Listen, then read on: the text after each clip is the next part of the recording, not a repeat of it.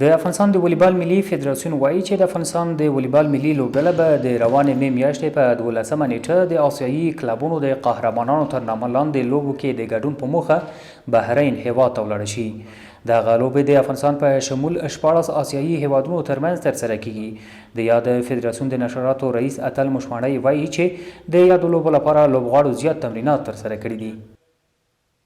د والیبال دغه لوبې چې دي د آسیایي کلبونو ترمنځ د قهرمانۍ په نامه د اتلانو په نامه او دغه لپاره دا کمپ چې دی دلته په د بدني روزنې او سپورټ ریاست په 2500 کسیز جمنازیوم کې پیل شوی دی. د مجربو روزونکو تر څارنې لاندې د هغوی تر رهنمایي لاندې دا کلب پیل دی او انشاءالله د می میاشتې تر 12مې نیټې به دوام وکړي چې 10 ورځې نور هم دوام کوي. مشماړی همدارنګه زیاتوي چې د والیبال ملي لوبډله به په راتلونکي کې بهر او په کور دننه لوبې ترسره کړي.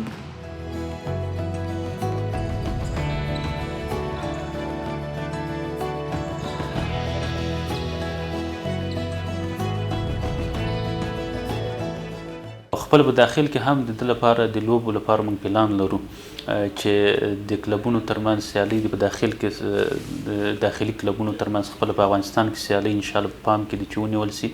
سرتاسري سیالي دي چې د ټول افغانستان د ولایتونو ترمنځ به د البته د والیبال د غوره لوبډالو ترمنځ سیالي کیږي او بیا په ټولو کې ساکل هم موږ د والیبال غوره لیګ دریم پړاو سیالي انشاءالله غوره لیګ په پام کې لرو چې هغه به ترسره کیږي.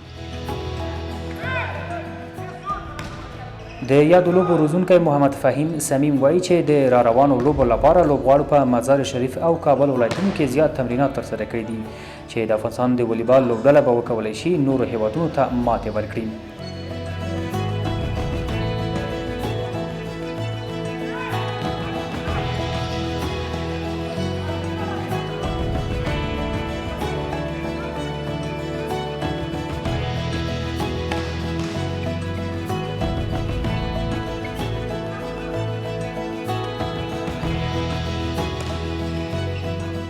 این کمپ خوب به مدت دوم میشه که دایر شده و 6 هفته از زیر ما در مزار شریف در ولایت بلخ پشت سر گذاشتیم و 2 هفته باقی مانده هم در مرکز زیر نظر فدراسیون والیبال افغانستان و زیر تربیت بدنی افغانستان به خاطر مسابقات کلپی آسیا که در بحرین راه اندازی میشد آمادگی داریم.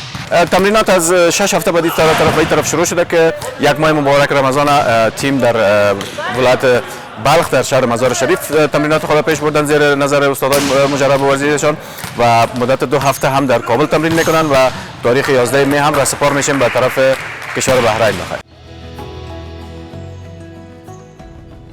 بل لور ته د والیبال ملي لوبډلې لوبغاړي خوښي څرګندوي او وایي چې افغانستان به په آسیایي قهرمانانو لیګ کې ښې لوبې ترسره کړي.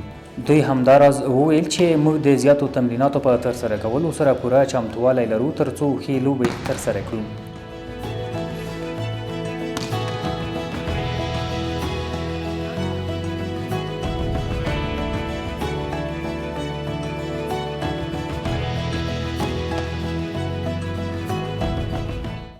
کومې لوبډلې چې خپل هیواد کې قهرمانې شوي لوبې دي او موږ غواړو په 14 د مې هلته اشتراک وکړو او زموږ ټیم الحمدلله کامیاب ټیم ډېر پیاوړي تمرینات لري.